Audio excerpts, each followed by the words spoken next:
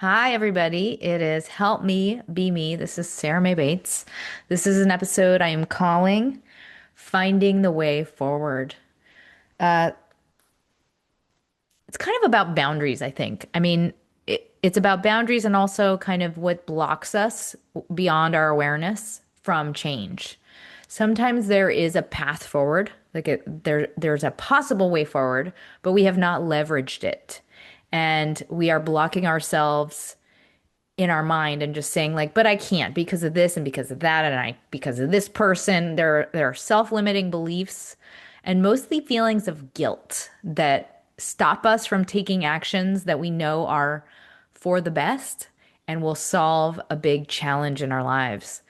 And so this episode is really about ways that codependency show up in our lives and how we can inevitably block ourselves from success, from change, from growth, from evolving out of a dysfunctional situation because we are in our own mind imagining something that is completely dire and fictionalized that is not true in reality.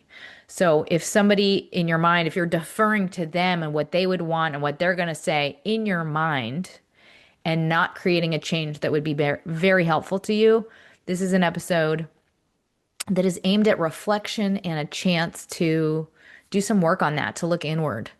I wanted to also say if you are in a place like this, this is material for growth. It is an opportunity to step back, to tune in, and to practice letting go. So, with that, there are three parts to this episode: the what, the why, and the how, the tools. Part one, the what. It's that kind of really dense, exhausting rumination. We're solving, we're worrying, we're looking for grounding and a means to control a situation that is presenting in our lives. And I would say this happens often when we are overly identified with the ego, when we are overly, like the thinking machine is like over muscling. And we are in those moments we feel very vulnerable. We feel very powerless. We feel scared, and we'll be very reliant on external as a means to make change. Like we kind of react to the external versus taking action ourselves, and or we rely on reacting to somebody else and somebody else being okay or somebody else being so, negative that we can't stand it anymore. We'll be very fixated on someone else and what they are doing. So oftentimes in this situation, you might let somebody else's body language or their emotional state to dictate how you feel, what you choose to do, and also what you foresee as possible. And when we're in this decision-making state, it's a trap. It's a trap that you cannot be active from because you have kind of cut off your own arms in like the ability to have agency, in that negotiation, you are basically saying like I'm not going to use my power. I'm going to only base what I do on this other person. So if you are in that solving mode, that is the first sign that you need to step back and get wise. Like right now, we're in the one overactive part of our brain that's spinning. So as soon as you feel that, it's like, oh wait, I gotta back up from this situation. Take this as a checkpoint where you're gonna say like, I need to vary my approach right now. If you have been in a situation that you have solved for 1 million times and you've still found a dead end, or perhaps you know you want a particular outcome, but you're like, but it's impossible because of this person, because they feel this way, and because of all these other things. And, but I can't. If you know what you want and that that thing is good, but fill in the blank of all these other things, that's what the situation's like. Part two, the why. Well, for a lot of codependent people, and by that I mean people that have grown up really learn training their eyes on the thoughts, feelings, responses of another person and made their body very adept at like predicting that person, anticipating what that person would feel if you are like that still, one of the most disabling elements of your life and of this situation is just guilt. Guilt is like incredibly intense for a person like ourselves. And because of that, like the theater of the mind is elaborate. It is so like the theater of guilt horror movies is just so intense. Like in each film, the star is you being cruel and the other person feeling all sorts of terrible things because you did blank or you didn't do blank. And also, the films are about the future and all the bad things that happened because of you and all the things you did wrong and how dare you. And like all of this happened because of something you wanted and blah, blah, blah, blah, blah. It's almost like a compulsive like really, you know, little kind of an OCD replaying of these films from every angle. And in part, that is because that is what kind of kept you alive growing up. It was like you honed this skill of being able to predict danger, predicting misstepping, predicting anything that you might do that would deplete the spigot of love. Like, I can't do this. I can't do this. I have to try and do this. I have to win this love. I have to make sure this spigot of love stays on and I can control this person and keep them happy and keep them owing me. All of these calculations, it's like something we learned to do growing up. And it can be really hard to stop doing that as an adult, especially if you're in a relationship with somebody that is very, very old. Like, let's say you've been in that relationship since you were essentially a kid. It can be a rhythm that is almost like so ingrained that you can't even get enough perspective on it to step out. Which brings me to part three, the how, the tools. But first, a brief word from our sponsors.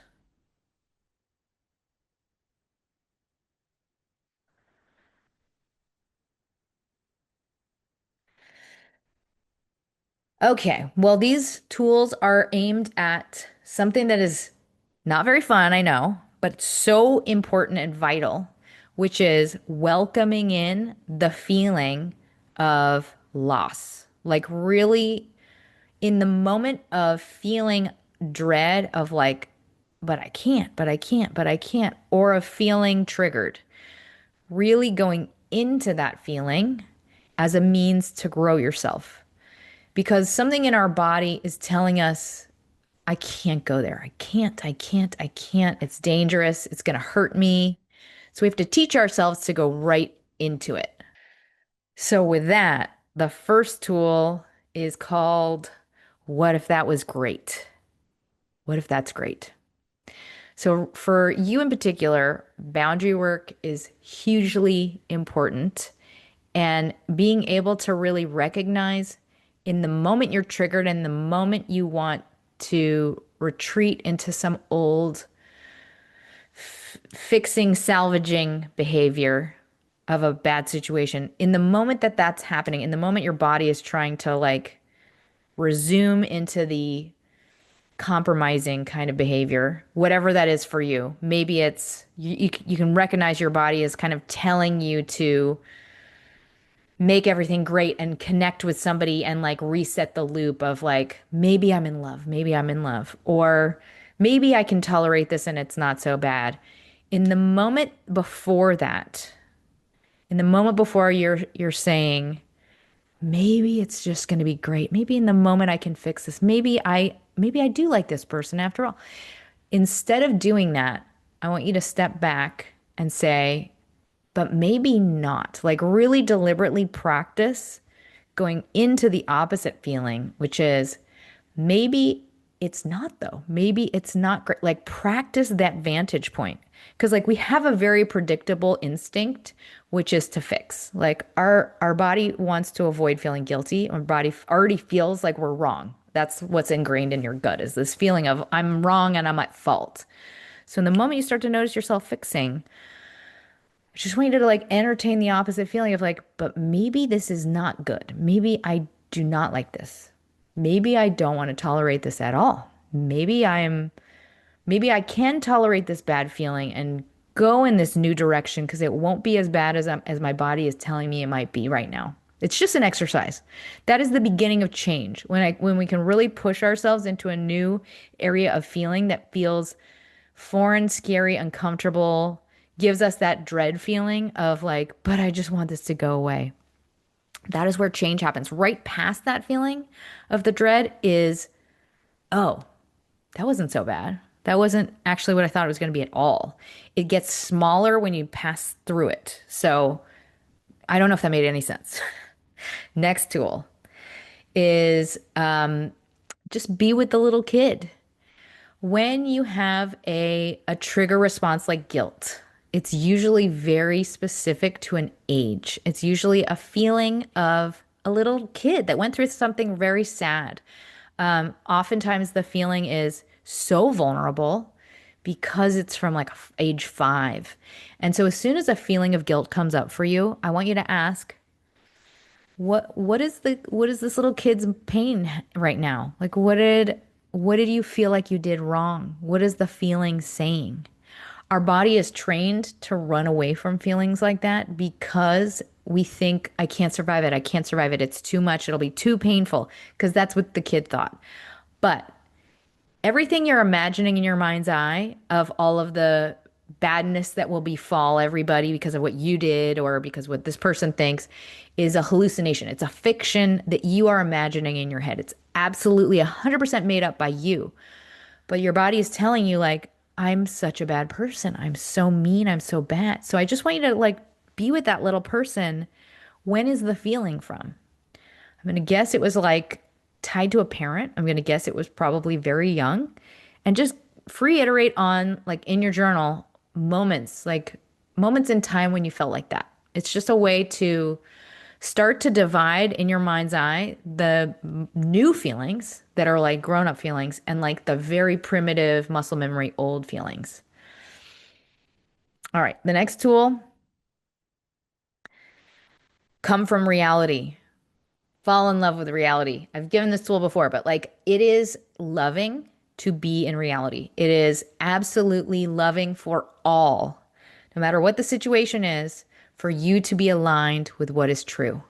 And when we are blocking ourselves from effective action, oftentimes we feel the guilty body says, like, I'm being underhanded, I'm lying, I'm being dishonest, I am if you're not telling a person the truth about why you're doing something, we feel like that's bad. And in reality, it's smart. There's some part of you that knows legitimately how to get to the best outcome for all parties. The best outcome for all parties is to be aligned with truth. The truth is I should not be in this relationship. The truth is this is unhealthy. The truth is this is killing me. Whatever it is, if you have in your mind's eye an eventual outcome that you want to get to, you need to use all of the most intelligent actions accessible to you to reach that outcome. And it does not necessarily mean you're going to deliver all that info to that person and that they're going to fight it out with you and then you're both going to have to resolve it by solving it. Like, there's no exact right answer for all situations. I think only you know what the steps are that get you to that eventual outcome. And they might involve things like, I have to go about this in a way that feels tolerable to this person's ego. I might have to go about this in a way that kind of sets up all of these building blocks so that they are able to get to XYZ position, so that I can get to XYZ position. You have to use all of your cards. You have to be very smart about how you move through delicate situations. If you know the limits of a person, if you know the limits of someone's emotional capability, act from reality, act from your wisdom, all of your wisdom. Don't come from the guilt body. Don't come from the like, but I'm being mean. Think of yourself as energy. What is the best way to move energy, including to move their energy? How do you catalyze it to go to where it needs to go, which is to the best possible outcome, which is the truth? Moving energy happens in very different ways. So it's not all traditional by the book ways. I'm just saying, like, allow your brain to break out of that. But I'm mean, but I'm wrong. Just come from truth. All right, next tool is a mantra. The best way to create change is in how you show up in a room. So, in other words, just be the change, be changed, embody it, have already arrived there. That is how it becomes a reality in any situation. I feel like when you stay in the moment, the feeling of, but I can't, of like resistance, of groveling, of being reactive to somebody else and what they think, we feel small. We feel like we are handcuffed in some way. And the best way to actualize a change in your life, including how someone sees you or the power you have, is to grow it inside of yourself and just show up as that person. It is unrefutable. When you see that in a person, it's like, oh shit, you just feel it and everyone knows it. They feel it in also how your boundaries are enforced and what you do in response. But my point is, we have to really authentically get there. So if you're struggling right now and you're feeling put upon, you're feeling at the mercy of somebody else, start by going inward and really energetically allowing yourself to just accept, allow, and naturally progress to being there already, like fully accepting where you want to go and being there already. Next tool, kind of related. I've said this already in different words. Always use your cards. Always use your cards. It's important to be where you are and own it. And also know when you need to be somewhere different. Like sometimes when you know you need to be somewhere different, you gotta be really resourceful to get there. Sometimes it's a very tricky negotiation and it requires illusions or you need to reframe the situation in a very different way. Be smart. Do not abandon your wisdom. If there is a feeling of guilt, do not misinterpret that for truth or intelligence. Like our bodies will tell us like, I have to, or else I'm bad. But that's false. Whatever your resources are, build the path to get to the outcome. Build them without telling anybody. Build them in a way that is subtle. Just keep your eye fixated on the prize. Keep your eye fixated on the benevolent outcome and let the how you get there go. Just focus on the outcome. I need to get there and trust that the universe will help. Like just let your energy purely focus on the outcome and practice processing the guilt as you move. All right. The next tool is a loop check-in. I think one thing that is very, very significant in the lives of codependent people is these loops show up in repeat in our lives as some form of us getting hijacked into somebody else's narrative. And we often end up in a very familiar situation, and we often end up in a very similar kind of prison where we know we don't like it and we can't seem to get out. And so I wanted to offer this up for you right now as a frame for you to process emotionally. And I want you to see like what are the loops that I end up in my relationships? Is there a similar role that I end up in? And what are the traits of the person I pursue? And when you can cast that play, whatever it is in your life, what you'll recognize is it's the source, it's a portrait of the pain of childhood. It's the unmet need from childhood that has been set up again and again for you to try and get love. And usually what we find ourselves most pulled to is somebody that says, you're not good enough. You have to earn it. And we're like, ooh, I'm going to earn it. I'm going to earn it so hard. And so we end up in that loop and we get there and we're like, it's not working. I'm not winning it. Why do I feel empty? So that's one way I want you to check in on the loop. The other loop I want you to check in is if you are ending up in a loop in a dynamic in a relationship where you end up in somebody else's internal drama play. Like often what happens is we end up we're in a back foot situation. Somebody's telling us we did something wrong and we're responding with, but I tried everything. We get in that reactive defensive mode where we're trying to prove we are not bad. And that loop, we end up inadvertently getting cast in the role in somebody else's internal drama. And we're like, but I'm not in that play. I'm not in that play. I don't have a role in that play. And they're like, you're the main character of this play. And we end up just defending that and defending that. So I just wanted to bring that up and ask you, have you been pulled into other people's internal dramas? And if that's not true for you, I want you to ask the next time that happens for you, how can I resume my play? What's your play about? What are you about energetically? And how can you resume that in your body? For example, my play is about embodying pure love, and my play is about living my life from a free and happy place.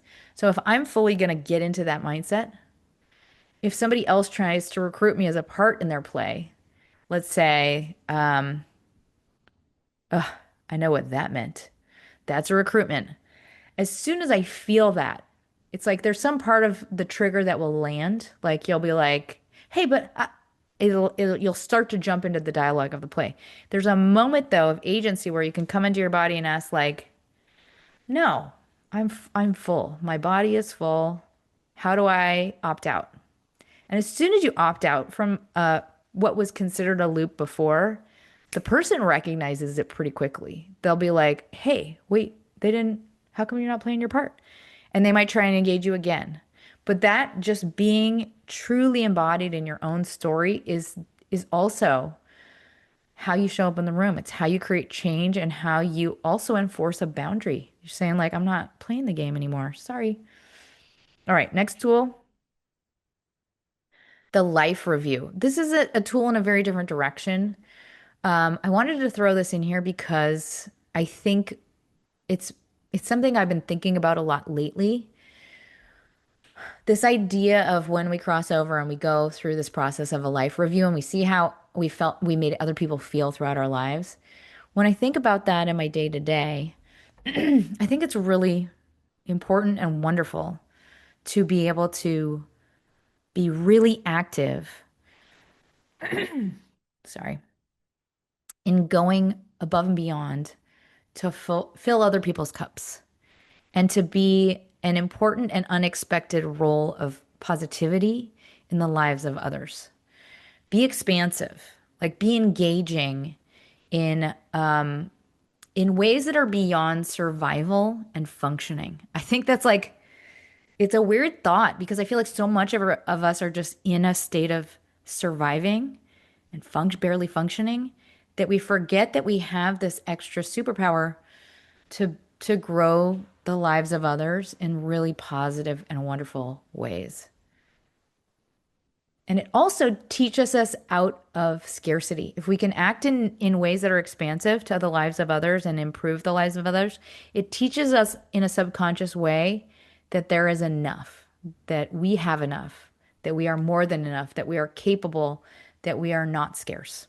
So win-win. All right, the next tool is called Be a Special Entity. This is just a reminder that you can really tune your own feeling of power and specialness with I guess, like a wardrobe department, a production department. If I think of it as like, high value celebrities or brands have full departments of people that add specialness, glamour, value, mystery, production value to an entity. And we can do that for ourselves when we need to. I think this is especially important to remember if you are a person who has a scarcity complex of any kind. In the moments that matter for you in your life, be that department for yourself. Like go the extra mile to think about what do I need for me to feel 100% on my game, like I have arrived, an entity of value. And sometimes that means like resourcing a little bit, like I'm going to rent a money designer outfit, or I'm going to take all this input from ChatGPT or all of my best friends to like design the jewelry that goes with this thing. I mean, not even just with external stuff, but with your your resume, anything, any moment in time when you want to feel like of a higher value, don't forget to go the extra mile to make yourself propped up in that way. It's very easy to just be like, meh, but I don't need it, but it's fine. But I'll just, it doesn't even matter. It does matter. And those moments change your own perception of yourself and of your own value. Everybody witnesses it and they're like, oh, you're different. They can see you in a new light. I want you to see you in a new light too. All right, the next tool, where is my power? This is just a couple steps to go through. If you are in that stage of fear, negotiation in your mind, you're ruminating, you're thinking about somebody else and what they think and what they're going to do. I want you to go through these steps in your journal or just in your mind. The first step, you can ask yourself, where am I at? Like, what am I worried about? What are my darkest fears? Second prompt, what power do I have? And this is just a real logical list of literally what are your abilities in this situation. For example, you might write, all I can do is offer love. All I can do is be conscious and be my best, try my hardest to be compassionate, whatever it is. And the last prompt, how can you resume openness, neutrality, and non judgment? In other words, in your body, I want you to practice assuming complete openness to whatever presents itself. So, not necessarily predicting an outcome, not necessarily fixating on a negative belief. Like, often our brain is so stuck in a feeling of dread of like, oh, they're really mad, or oh, this is going to be so bad, and oh, there's no hope, or whatever the feeling is. I just want you to, in your body, step back and resume a state of, I am open to whatever will present itself, whatever that thing is. Might be something totally different that I have no idea. Maybe everything is fine. Maybe nothing is happening at all. Okay. The next tool is a reflection exercise. What is my worry a projection of? So when we get really worried and we get obsessed, oftentimes it is actually legitimately a projection from inside your person. Has nothing to do with that person. It's actually coming from something inside of you that is creating it and is giving it new context. So in this moment, if you're feeling a sense of worry, dread, I want you to turn inward and ask, maybe this worry is a projection. What could this be inside of me? What is it a fear of about myself? What am I aware of that I'm insecure about in myself? And sometimes it's not all us, but oftentimes there's something there. It's usually a feeling of like, I know I was being kind of diggy, or I don't know. It could be anything, but it's a helpful exercise to go through also because our mind is so trained on they're the problem, fixating on the other person, that just to turn it inward is like already dismantling kind of ingrained muscle memory. So those are all of my tools. I hope they're helpful. I think this is a situation that feels like it's small, but it actually can guide so much of your life and create traps that we just keep ourselves in that are illusions for many years of discomfort.